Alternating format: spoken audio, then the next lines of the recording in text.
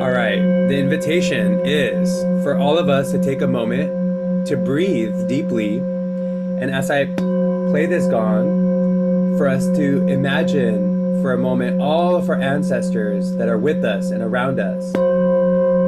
All the ancestors that were resilient and courageous and curious, innovative and regenerative, yet they're all with us now.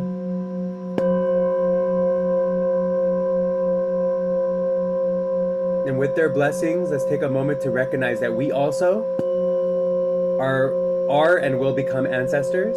So let us be the best regenerative ancestors we can be,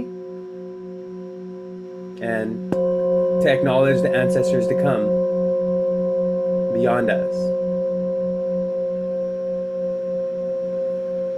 Waheguru. Thank you, y'all. Thanks for going on that thing. So now you guys can always remember all the ancestors that are with us and rolling with us as we dig holes, both spiritually, physically, and metaphysically. All the different ways, all the hole digging. Thank you so much. Beautiful opening as ever with you, Indy. So we're just gonna have a little conversation so that Indy can tell us more about himself as an all-around amazing, inspiring human, Cosmic Labyrinth, which is your baby, your project, your initiative. There's a lot in there, and I'm really curious to explore it a bit more with you. And then how that weaves into the camp that you're building that you've committed to bring forward to birth at the gathering, and what the invitation is for all the folks out there who are listening to us and watching this to join your camp and co-create in that space. So thank you, Indy, for your time. Yeah, maybe let's just get started with you. Who are you? Who am I? Oh my gosh, loaded question. Well, I mean, technically speaking, they have, nowadays with technology, you can like go and research people, right? And I always tell people like consciously stalk me, right? Like I accept a conscious stalking. So if you guys ever feel like stalking me, I welcome it. There's a lot of things out there. You can see articles I've written. You can see interviews I've done. I also have my own podcast, Political Hope, where I interview people. I've interviewed Audrey and Yay. Victor on there as well, so you can listen to that. But more than anything else, it's really good to get an idea of a person by researching them. Because you get what you can create your own assessment about who they are. So that's the best way to explain who I am. I feel polymathic these days, very much in the vein of all the polymaths that have come before us. But I also study spirituality. I come from a very spiritual background with my family, so I'm obviously inclined to also practice polymathism with the perspective of studying different spiritualities, along with studying different ways to be innovative and develop different skills, whether it's technological skills, ecological skills, or it's people skills. I think that's also a very valuable thing. And also being an educator. I mean, I'm a perpetual student, but as an educator, I can't help but be curious and explore ways to make really complicated concepts simple for people. Like I always feel like when I can teach something to little kids, then I know I understand it really well. And that's one of my favorite things to do is to work with kids because it challenges me. And it also helps me heal my inner child because I don't know about all of you. We all have issues from our childhoods, whether it's with our parents or schools or whatever. For me, I love to give back and show up for youth, and also show up for the inner children when I work with different groups or organizations or companies doing any sort of neuroplasticity work or any sort of introducing ways for people to be healthier and more productive and effective. I always notice that the inner child needs healing. It doesn't matter if it's a 70-year-old person or a 10-year-old person. It's very consistent how much our inner child needs to thrive. Thank you so much. Yeah, I love the polymathic approach. You've definitely embodied for me at least this jack of all trades, but without the master of none part. I love how you incarnate this multiplicity of disciplines and interests and energy, and really appreciate that you didn't feel like you had to fit into one box, and yeah, as you guys can see from in this link tree, there's a lot in there and a lot of projects, and obviously they're all cross-cutting, and you're the common link between all of them. For this video specifically today, I'd like us to focus a little bit more on Cosmic Labyrinths. Although obviously, if you want to bring other things in there, you're absolutely free to. But yes, can you tell us a little bit more about Cosmic Labyrinth? What is it? What are you bringing forward? What is the energy and the specific activities that you've implemented in that space? And also, very interesting for me is where do you want to bring this initiative, right? In the context of the gathering of tribes, there's really this idea or this will to support the Camp Catalyst and the people who make up the regenerative ecosystem to go, to grow, to expand, to really do more of the great stuff that they're doing. So really interested in yes, in the long-term direction of Cosmic Labyrinth. I mean, to synthesize it really simply, you know, it's being a professional in the world right now. It's really difficult, you know. So there's a lot of burnout happening. Doesn't matter whether you're in healthcare, or engineering, or farming, or any direction you want to go in. There's burnout. So we, Cosmic Labyrinth, are a collective of burned out professionals. Literally, we're like a bunch of burned out professionals that started like wait, maybe we have to build the system that's the alternative where really talented, smart, intelligent professionals can collaborate and work together, and they don't have admin or some professional managerial class that's really limiting their productivity and flow and flow. I mean, flow state, right? Like imagine if engineers and farmers and healers could achieve flow state with each other and collaborate. So that's what Cosmic Labyrinth is. It's a collective. It's continued to grow and evolve. We bring in new people, I mean, it's amazing to see what we kind of projects we do. The most awesome thing for what we do also is we've been also imagining how do we combine people restoration with planet restorations. So whatever projects we do are very much based on like cosmic quests. So you know, if anybody even wants to like go and gander a little bit the website, you know, click on cosmic quests, and really we're reimagining how do we gamify doing projects, whether they're, you know, whether it's going and composting, you know, at a festival, right, and composting the food and regenerating the soil with it, or it's cleaning a watershed, right, and bringing a bunch of people to clean the watershed. But we also sing and play music and do sound healing and do all kinds of cool stuff, like or it's, you know, going into like a food desert and distributing food in the food desert, and also having like mental health stuff and financial literacy courses and everything that's provided to the community. We've gone into high schools, we've done projects, I mean, we've done so many cool things. Really, the thing for us is anything could become a cosmic quest. In fact, this gathering of the tribe is a cosmic quest, right? In a lot of ways. But for us, if you look at a lot of the things that we do, it's play-based, right? So it's really important for us to trying to tackle some of the difficult things that are happening in the world, whether it's just the low-hanging fruit, like food, right? Food systems, right? Or water systems. That's low-hanging fruit. But then there's other people systems, all this stuff. We kind of look at it like there's shadows, the shadow writers, we like to call them, right? The elements, the four elements, they've been kind of corrupted by the shadow writers. So how do we, as a collective, anybody who wants to participate with us, how do we approach these shadow writers, these corrupted elements, but approach them not with fear or anger or hate, but so that we can reintegrate them? Kind of like, remember, like Star Wars, right? How do we integrate it so that we're not fighting against these shadows, but we're dissolving the shadows so the elements can really thrive? And I think that's really different than what I've seen a lot of other organizations and companies and everything. We're like, we actually want to face the shadows. We want to face the things that everybody calls evil or corrupt or whatever. We're like, no, fine, they're corrupt and everything, but like, let's come together and do something about it, but not be burned out in the process of doing that. And a lot of activists, a lot of things, right, they burn out because they go against it. We're like, no, instead of going against it, let's come up with a different system. And then last but not least, I want to share this. One of the really important things for us is to reimagine capital. And we came together. We always do regenerative retreats for whatever we do, and maybe the folks who connect with us will join us in Portugal for more of a European cosmic retreat, you know, on the land at our camp, to reimagine regenerative economics. How can we come together and really understand what regenerative economics could be? Donut economics is kind of in that, right? You can see the donut right here as well. And so let's come together and start to reimagine capital and economics, and maybe like also talk about, maybe not just talk about it, but we can play with it and actually create a play-based immersive experience. So that's kind of one of the things that we're going to be sharing at Gathering of the Tribes. Amazing. Thank you. Thank you so much for this overview. This is particularly interesting and not just interesting, important for me to talk about. And I'm grateful that you're bringing it forward because there is the big elephant in the room in the regenerative ecosystem, which is we're all activists and we're also passionate about what we're doing.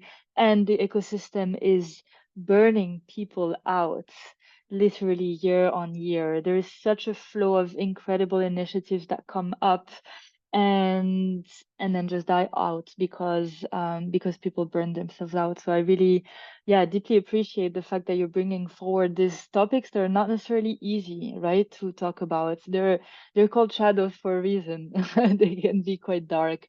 So very much appreciate that in general, in terms of your role in the global ecosystem, but also specifically at the gathering. The gathering is, for everyone who is watching who doesn't have the context, it will be an event that takes place over 5 days in September in Portugal. This year, it will bring between 500 and 700 people coming from all different spheres of the regenerative ecosystem. Exactly.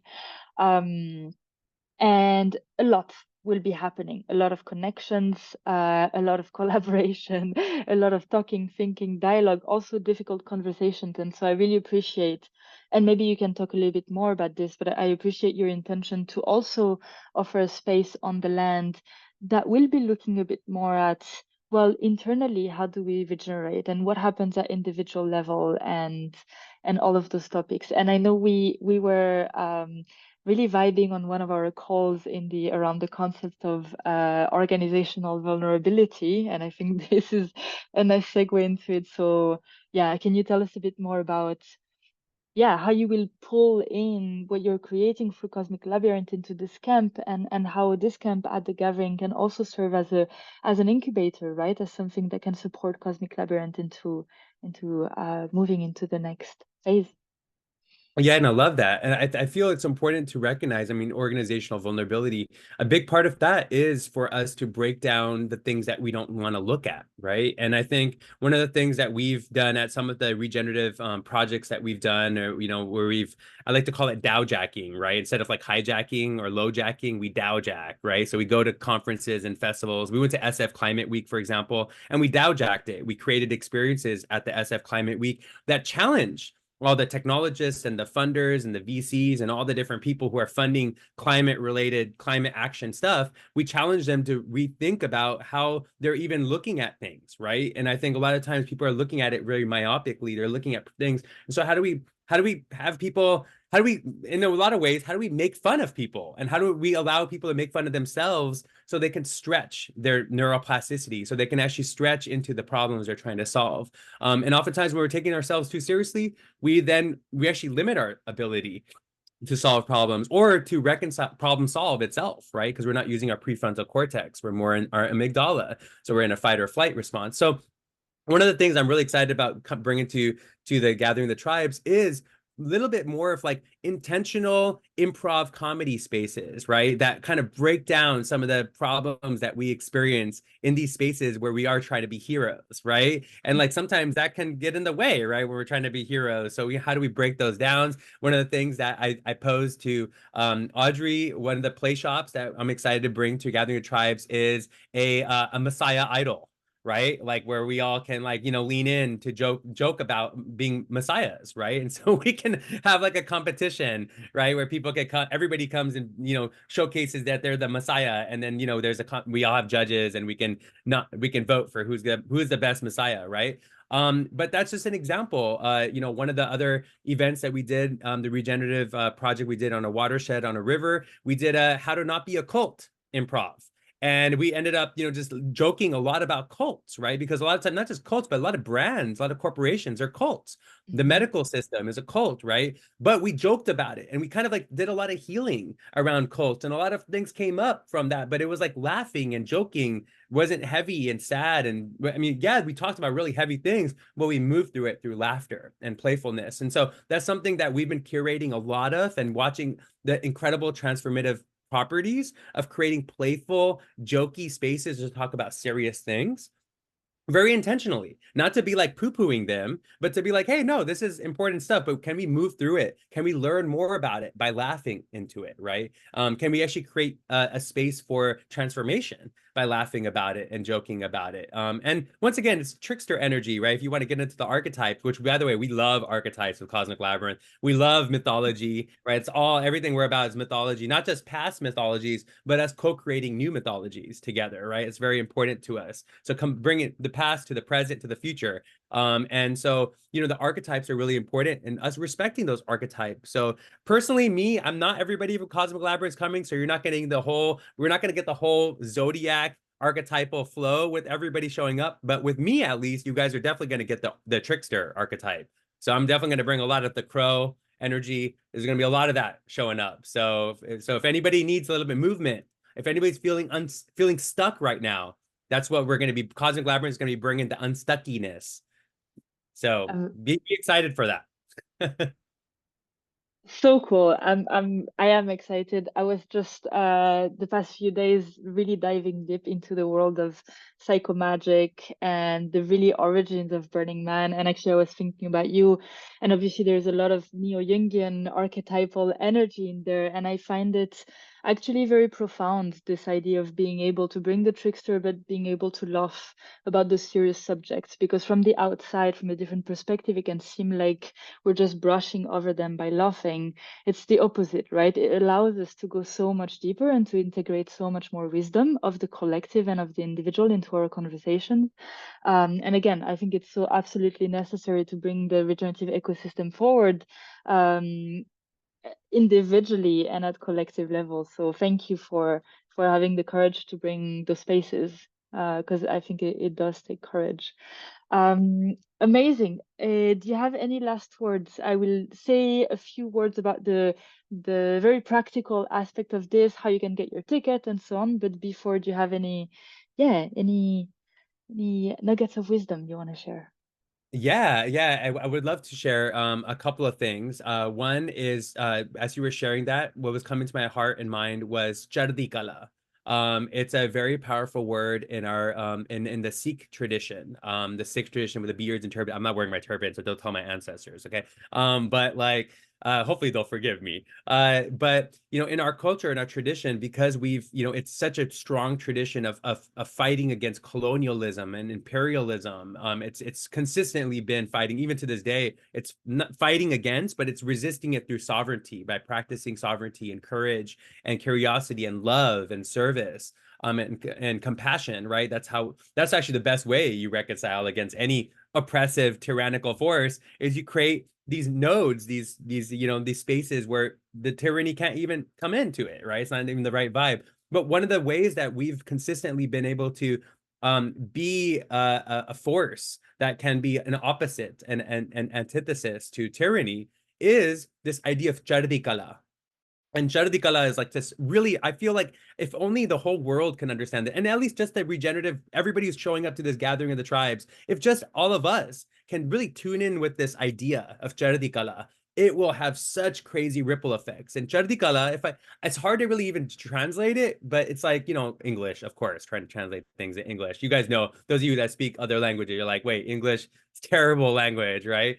But if I were to translate it into English, it would be indomitable, like indomitable optimism, like an optimism, not like a crazy optimism, like actually practical optimism, but it can't be like nothing can bring it down. There's no cynicism, like cynicism can't creep in, right? Like optimism that is like gonna get things done. Doesn't matter if like you got a boot on your head, you're going to get it done. It doesn't matter if you're in jail, you're going to get it done. Like it's a type of courage, it's a type of optimism that is indomitable. I just have to say, I was really reading Joanna Macy's Active Hope just this afternoon, and this is, yeah, super connected for me.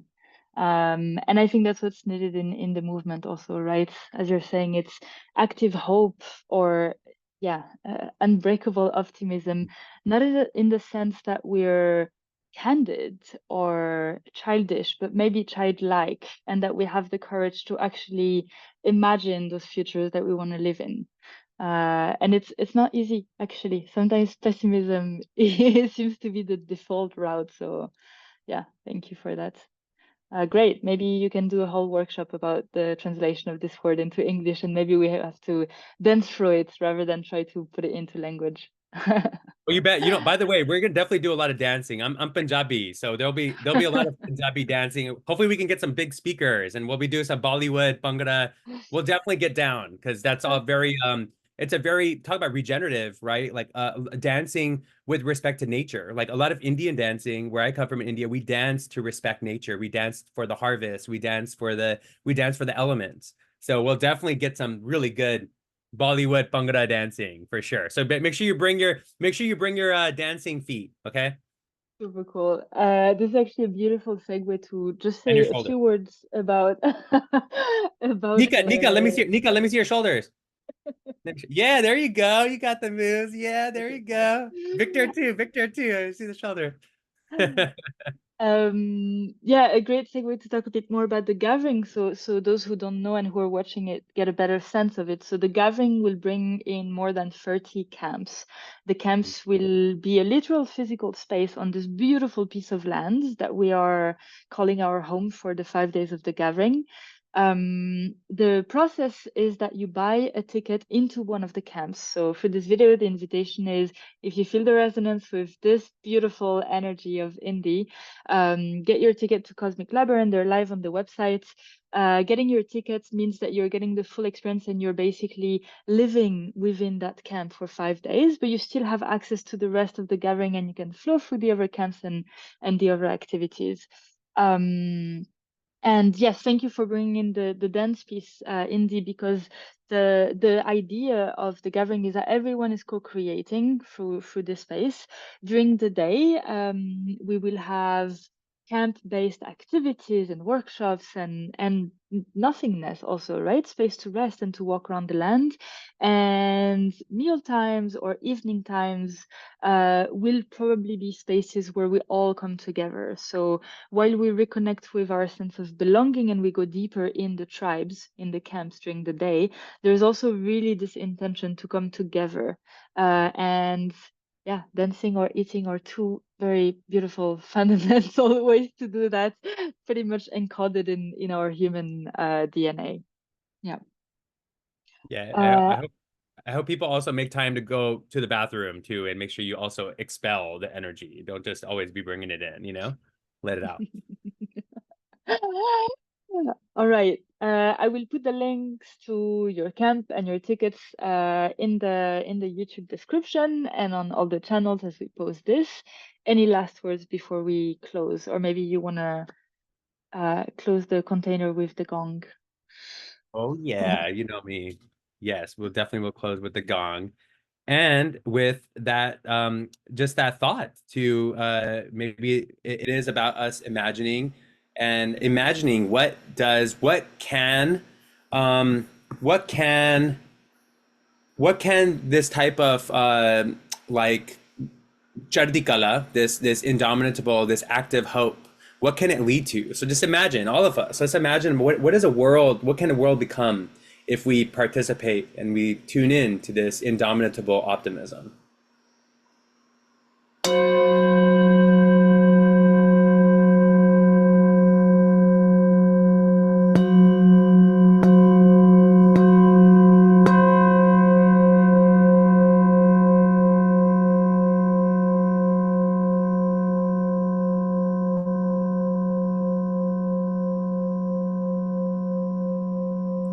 So I'll take a deep breath in, deep breath in, deep breath in.